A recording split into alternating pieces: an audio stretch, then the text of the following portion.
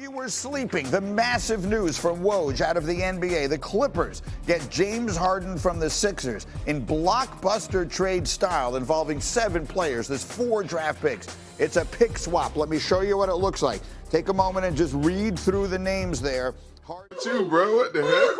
You tripping, bro. You tripping.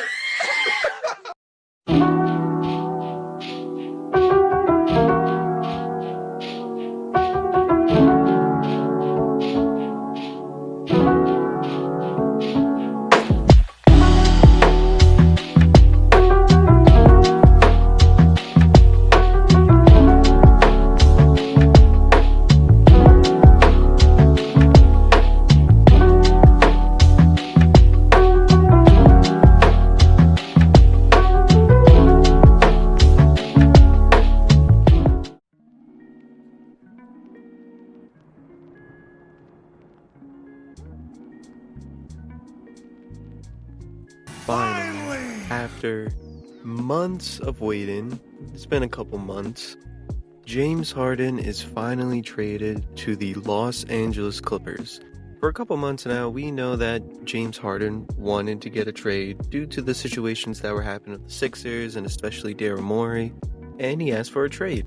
So the team that he asked to go to was the Los Angeles Clippers. He tried to go to other teams as well, but those really didn't work out. So in the end, after a while of trying to figure out trades, Daryl Morey and the Clippers finally came to a settlement, and they did a huge trade package for James Harden. So I know we're already talking about it, but in case you don't know, again, I'll explain it. James Harden, earlier in the summer, I don't know the full details as to what happened, but something happened with him and Daryl Morey, and they got into it, and James Harden didn't want to be a Sixers anymore.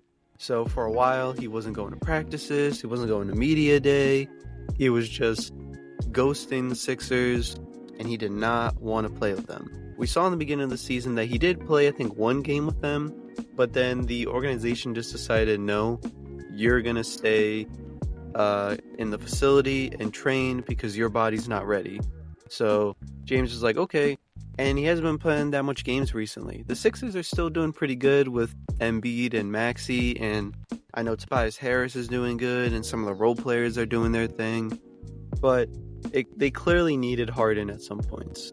So they tried to make it work, and they even said like trade talks were over, but clearly they were not. Daryl Morey finally gave in and said, all right, just give me what you have, the best that you can give me. And yeah, let's just go into the full details right here for the James Harden trade. Let's see.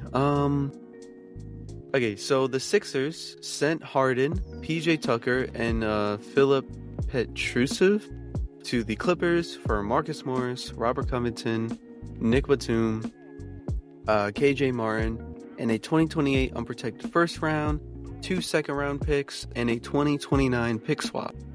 With also a 2026, I believe it is also a pick swap from the Oklahoma City Thunder. In return, let's see here. I think the Thunder got back just like a 2027 pick. I think that's what it was, like a 2027 unprotected first round pick swap. It was something. Basically, the Thunder got a pick back. So it was a 3-team deal. Obviously, the Thunder didn't get much back. It was more so the Clippers and the 76ers. But yeah, that's kind of what we're looking at right now. So overall, I just, it's been a day. I wanted to wait for a day until, you guys are ready to talk about it. And now I'm ready to talk about it. We got a day. Everyone's calmed down now. And again, my opinion still hasn't changed. I think overall, this was just a pretty mid-trade. It just wasn't really interesting in my opinion. The Clippers basically traded away a lot of their defenders that were really, really good for them in order to get back James Harden, who in multiple teams has had problems. He's the same situation as Kyrie Irving, where he goes, there's problems. And not only that, but you only have him for a year. I think you also only have Kawhi and Paul George for a year. So I'm not exactly sure what you're expecting to happen this season. But they believe Harden might be the final piece, I guess. They also will get PJ Tucker, who's been alright as a defender. Not the greatest. Again, another role player. And the last guy, I have no idea who he is. I don't even remember who he is. As for... So I guess that'll be fun for the Clippers. As for the 76ers, you got Marcus Morris. He can be a fun player. Robert Covington, same thing. Nick, I think his name is Nick Batum or Nick Batum. I don't know. But from what I heard from Clippers fans, he's a good player. KJ Martin, I know nothing about. And then, you got a bunch of picks and stuff. So you could use these to help go for a big trade. Because I'm sure in the future there'll be more disgruntled players. But here was my thing for it. Of my argument as to why I personally believe this was not a good trade by the Sixers. And it's the simple fact that all these trades they got, they're looking at it for the future. Like, oh, in the future there might be another disgruntled star that we could try to get. In the future, we could use these picks for something good. And like, all they're thinking about is the future, the future, the future. And it's great. Teams should think about their future and how it's going to go. But you have a former MVP on your team, and he, for the last however many years, I think he's been in the league for over 10 years now, the farthest he's ever gotten was the second round, and time after time after time, when he wants to go for a championship, he does not have the team that can back him up. And he also does fumble the bag. I told you guys before, I'm not a big fan of Joel Embiid, but looking into his perspective, there is no doubt in my mind that Joel Embiid will at least be considering going to another team. Or at least just putting it out there for the Sixers. Like, listen, you need to figure out something quick. Because if you don't change this up and give me a guy that will stay here, that will not give us problems, and will help us win the championship, I'm leaving. Because we already know that the Knicks are one of the top teams that are keeping an eye on him and the Sixers. So I'm sure the Knicks, now that what they saw, I'm sure they're picking up that phone, calling the Sixers saying, hey, we saw you guys a little, bummed out from that trade. What if we give you a good trade to help with that? Next thing you know, things start happening. Joel Embiid's a Knicks now. And it's... I don't know, it was just, for me personally, it was really disappointing just to see how it went. As for the Clippers, that was, in my opinion, also a dumb trade. Like, you trade away a lot of picks for your future just to get, again, Harden back for a year. You'll have Kawhi and Paul for a year. Again, most likely they'll come back, like, they'll re-sign.